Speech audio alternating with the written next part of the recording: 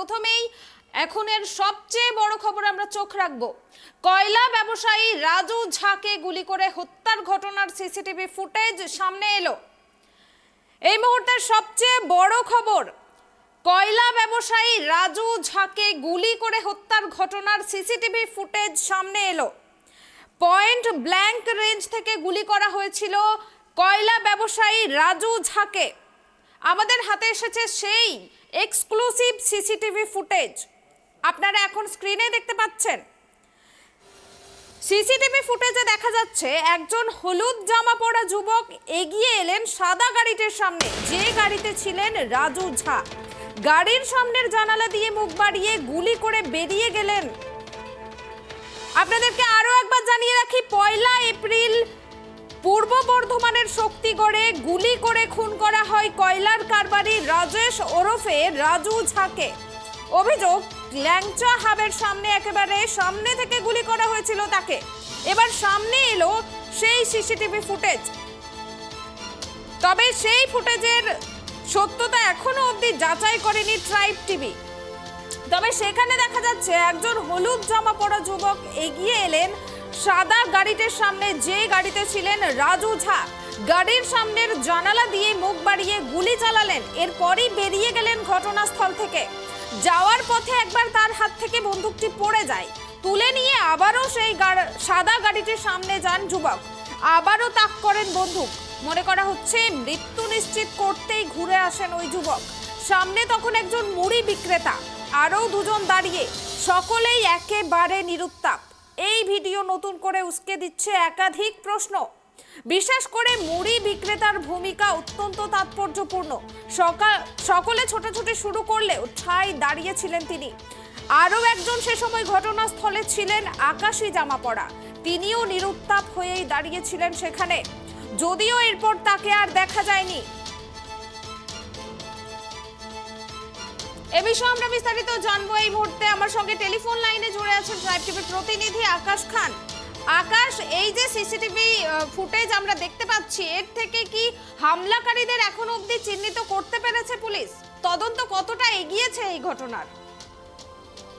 দেখো, আমি প্রথমেই যেটা দেখাবো সেটা হচ্ছে যে এই যে সিসিটিভি ফুটেজ, যেটা ওই সময়কার ফুটেজ বলেই প্রাথমিকভাবে অনুমান করা হচ্ছে, যদিও এই ফুটেজের সত্যতা আমরা যাচাই করিনি। তবে এই ঘটনা যেটা প্রকাশ্যে এসছে, সেই ফুটেজে যেটা দেখতে পাওয়া যাচ্ছে যে একজন যুবক তিনি এই সাদা গাড়িটি দাঁড়িয়ে আছে, সেই গাড়ির সামনে আসে এবং তারপর সেখানে তাকে লক্ষ্য করে গুলি চালাচ্ছে, এরকমটাই কিন্তু চিত্র ধরা পড়ছে সিসিটিভি ক্যামেরায়।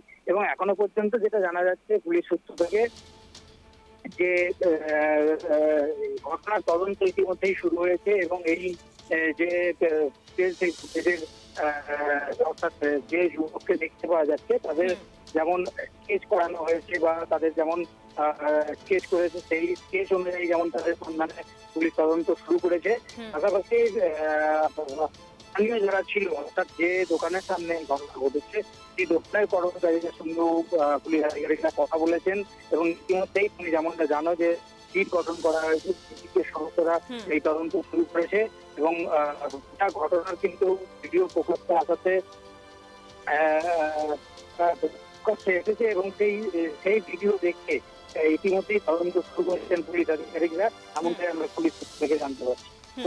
ধন্যবাদ আকাশ। আপনাদেরকে আরো একবার জানিয়ে রাখি, পয়েন্ট ব্ল্যাঙ্ক রেঞ্জ থেকে গুলি করা হয়েছিল কয়লা ব্যবসায়ী রাজু ঝাকে।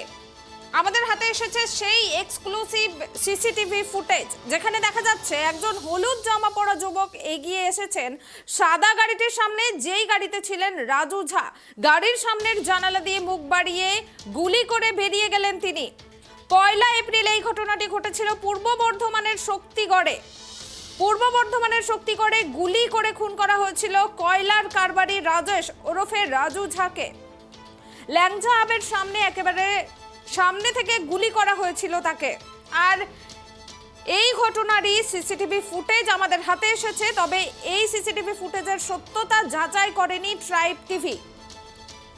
তবে আপনাদেরকে জানিয়ে রাখি, এই রাজু ঝা হত্যাকাণ্ডের পুলিশ তদন্ত করছে। এখনো অবধি এই সিসিটিভি ফুটেজে যে হলুদ জামা পরা ব্যক্তিকে দেখা গেছে, যিনি গুলি করেছিলেন রাজু ঝাকে, তার স্কেচ বানানো হয়েছে পুলিশের পক্ষ থেকে।